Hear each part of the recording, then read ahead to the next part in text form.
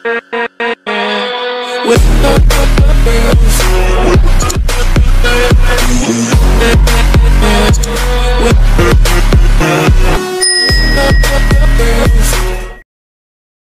diketahui secara pasti sejak kapan sesungguhnya Daha yang sekarang menjadi kota Kediri itu melakukan babat alas untuk pertama kalinya.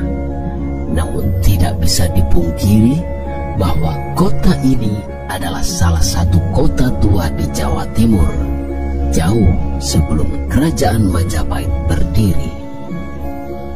Nama-nama besar dalam catatan sejarah Kerajaan Jawa kuno tidak bisa dilepaskan dari mereka yang lahir, besar, berdinas, atau bahkan memerintah di kota ini. Daha sesungguhnya adalah kependekan dari nama Dahanapura yang berarti kota api. Nama ini terdapat dalam sebuah prasasti yang ditemukan di desa Pamotan, Lamongan, Jawa Timur.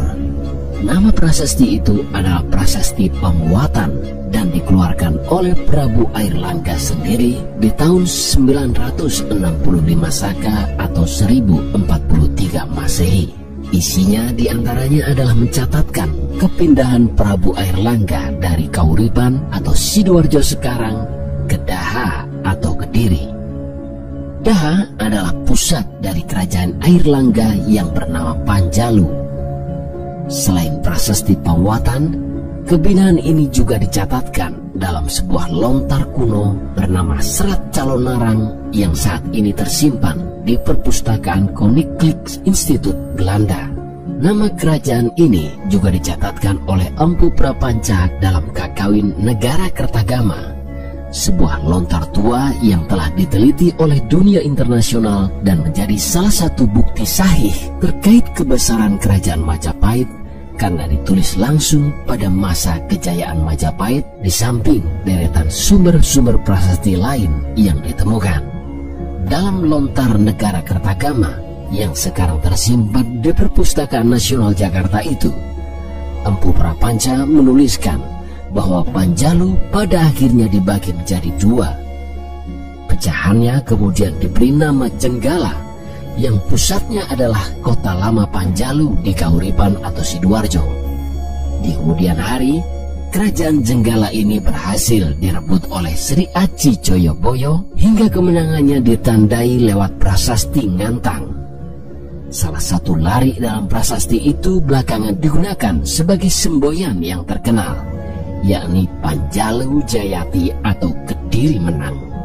Alasan pembagian wilayah ini dikarenakan dua anak Airlangga saling berseteru, yakni Sri Samarawijaya dan Mapanji Grasaan.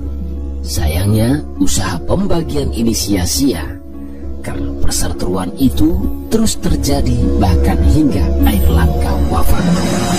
Kediri mencapai puncaknya di masa generasi kelima, yakni di masa Prabu Joyoboyo. Pada masa Jayabaya ini, kekuatan militer Kediri sangat besar hingga menguasai beberapa kerajaan di Jawa dan bahkan pengaruhnya hingga Sumatera.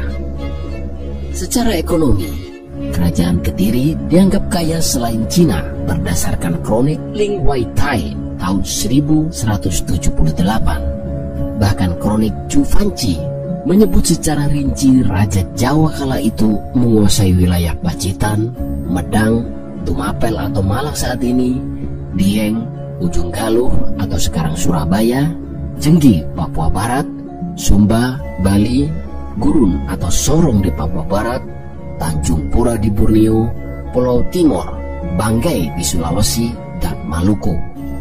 Secara keagamaan dicatatkan oleh Chow Jukwa bahwa penduduknya menganut dua agama, yakni Hindu dan Buddha, dengan karakternya yang temperamental dan petarung sejati. Bahkan di saat santai, hiburannya juga tak lepas dari adu fisik. Yang paling ringan adalah mengadu binatang.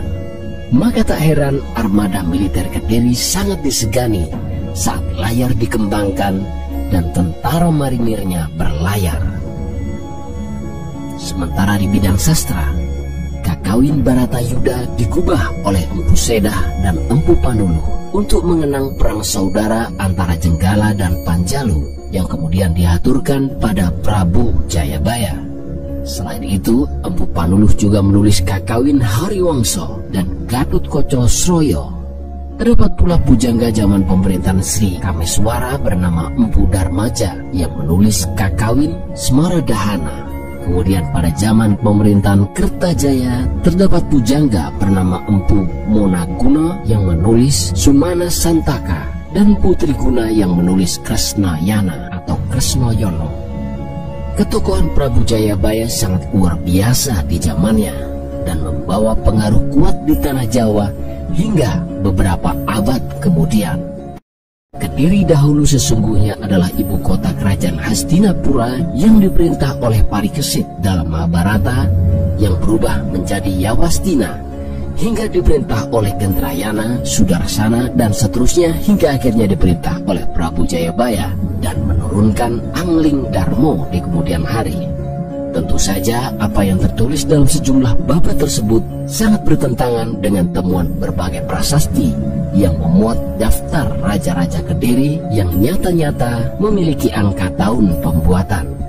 Namun tidak boleh juga kita mengecilkan arti Babat sebagai salah satu sumber sejarah, karena dia adalah juga potret sosial di masa Babat itu ditulis.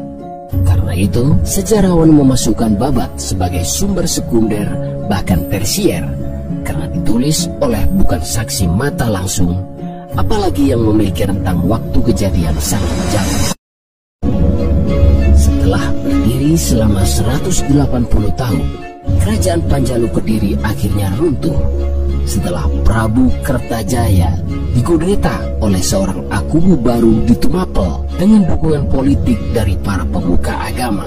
Akumu yang jika dipersamakan dengan jabatan sekarang sebagai seorang camat itu bernama Ken Arok dalam Serat Pararaton. Namun negara Kertagama yang lebih sahih menyebut dengan jelas namanya adalah Rangga Rajasa atau lengkapnya Rangga Rajasa Sang Girinata Putra. Sementara Prabu Kertanegara sendiri menggelari leluhur pendiri Singosari itu sebagai Batara Siwa berdasarkan prasasti Mula Malurung. Hal ini selaras dengan lontar Pararaton yang mengatakan bahwa Ken Arok menggunakan julukan Batara Siwa sebelum melawan Kertajaya Kediri. Berakhirnya kerajaan Kediri tidak serta-merta membuat keturunan Kediri ditumpas lunas, sebab Singosari memberikan tempat bagi mereka secara turun-temurun sebagai adipati. Di antaranya adalah Jaya Katuang yang kala itu menjadi adipati di Gelang-Gelang atau Madiun, namun mengkudeta Singosari hingga runtuh di masa Prabu Kertanegara. Di masa Singosari, Kediri dan Kahuripan juga tetap menjadi daerah yang spesial karena di dua tempat ini calon pengganti tahta Singosari ditempatkan.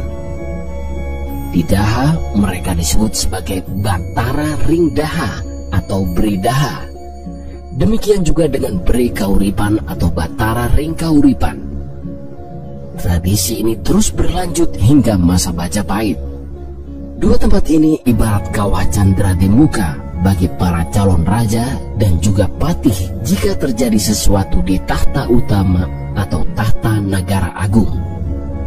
Karena itu tidaklah heran yang ditempatkan di Daha atau Kauripan kebanyakan adalah para putra mahkota atau yang disebut sebagai Yuwa Raja atau Raja Muda. Sementara patih yang bertindak sebagai Perdana Menteri adalah patih yang telah benar-benar terbukti kesetiaannya, mempunyai jasa besar sekaligus memiliki kewibawaan tinggi. Di antaranya adalah Lembu Sora dan Gajah Mada yang berjasa menyelamatkan Jaya Negara.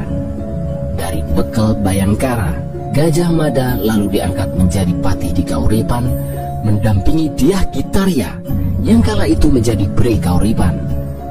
Selang tidak lama, dia lantas berdinas di Daha, mendampingi Dyah Wiyat atau Raja Dewi yang kala itu menjadi Bri Daha. Ketika Dyah Gitaria Brekauripan menjadi Raja Majapahit dengan nama Tribuana Tunggadewi, bersamaan dengan itu pula Gajah Mada diangkat sebagai Rakian Mahapati. Sementara posisi Brekauripan digantikan oleh anak sulung Tribuana dengan suami tercintanya Cakradara Kertawardhana Britumapel, yakni Dyah Hayam Wuruk. Sementara Bredaha tetap dijabat oleh Dyah Wiyat hingga wafat saat Hayam Wuruk telah menjadi Maharaja Majapahit. Kala itu yang menjadi Patih Didaha adalah Gajah Enggon yang kelak lagi-lagi menjadi Rakian Mahapati di Majapahit. Dengan demikian jelaslah bahwa Kediri atau Daha dalam masa kekuasaan raja-raja Jawa memiliki peran cukup besar. Kediri ibarat memiliki aura kewibawaan yang terus mewaris berabad-abad.